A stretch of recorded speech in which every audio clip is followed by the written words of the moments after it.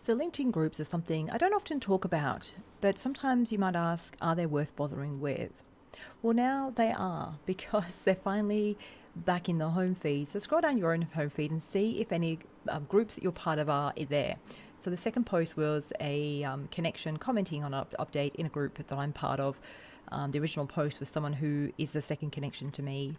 Here's another one here, the third post, another group I'm in. Jeff's commented on the update from somebody else. So scrolling down, we've got individuals, more individuals, and we've got some more individuals, organizations, another individual, another group. So once again, someone I know commenting on a post in a group I'm part of from another connection. So have a look at yours and see, are groups a bit more upfront?